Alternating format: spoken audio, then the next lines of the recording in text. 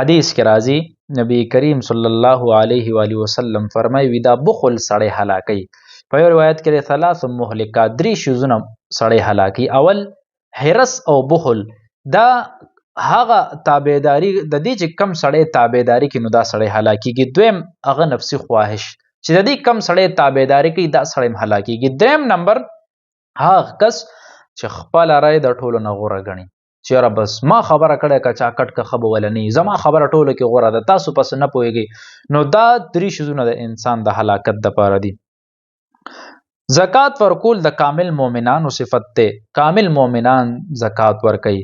بل زکات ورکوونکې په هدایت او په کامیابۍ کې وي دی همیشه کامیاب وي، الله د ته هدایت نصیب کوي. او د زکات ورکوونکې چې کومه مرتبه ده هغه ډېره زیاته لویه ده.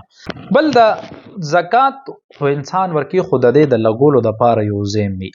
بهترین ځای د زکات ورکولو دپاره انما الصدقات للفقراء والمساکین والعاملین علیها. زکات ورکول کم چې فقرا دي مسکین دي او کم د دې عاملین دي کم دا زکات راغونډي نو دا مستحقین دي.